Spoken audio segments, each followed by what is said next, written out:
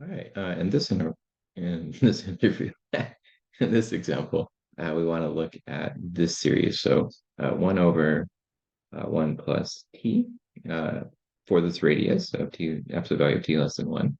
We know that this has the form of 1 minus t plus t squared plus, it's a minus actually, t cubed, that's a 3, plus dot dot dot. And so if we wanted to see what the antiderivative of this is, right, we can integrate the left-hand side, and then we'll compare it to the right-hand side and see if we can make sense of that form. Okay? So you may be wondering why I'm using t, and that'll make sense in just a second. So notice that t is bounded between -1 and 1. Okay, so let's integrate this left-hand side. And if we do that, we know that this, by definition, right, we saw that this is actually equal to the integral from 0 to x of 1 of dt over 1 plus t. This actually equals the natural log of 1 plus x. Okay, so let's consider then the integral of this side following the same process.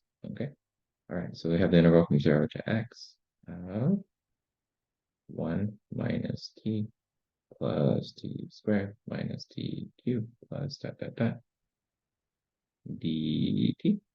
Okay.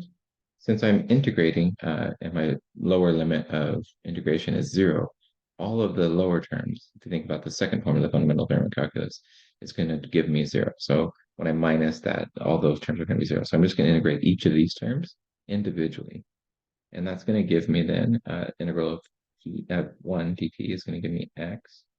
And this is going to give me then, this is going to give me t squared over 2. This is going to give me 1/2 x squared.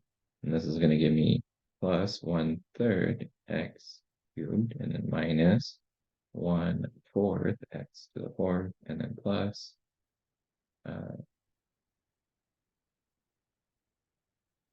plus 1/5 x to the 5th minus 1/6 x to the 6th, and so on. So if I'm looking at this new pattern, the question is, okay, what relationship can I make out of this, right? Well, I know it's supposed to be equal to the natural log of 1 plus x. So let's see if we can put this into a closed form that makes sense. Okay, so if I assume that my starting value is n equals 1, okay, and then this is n equals 2, and then this is n equals 3. The first thing I'm going to tackle is the sign, n equals 4, n equals 5, n equals 6. Okay, so the first thing you should know is that the power of n seems to correspond directly to the term in the series. Okay, so this looks like the general form is x to the n, and that matches for all these values. Okay, now let's consider the sign. So when n is equal to 1, it's a positive.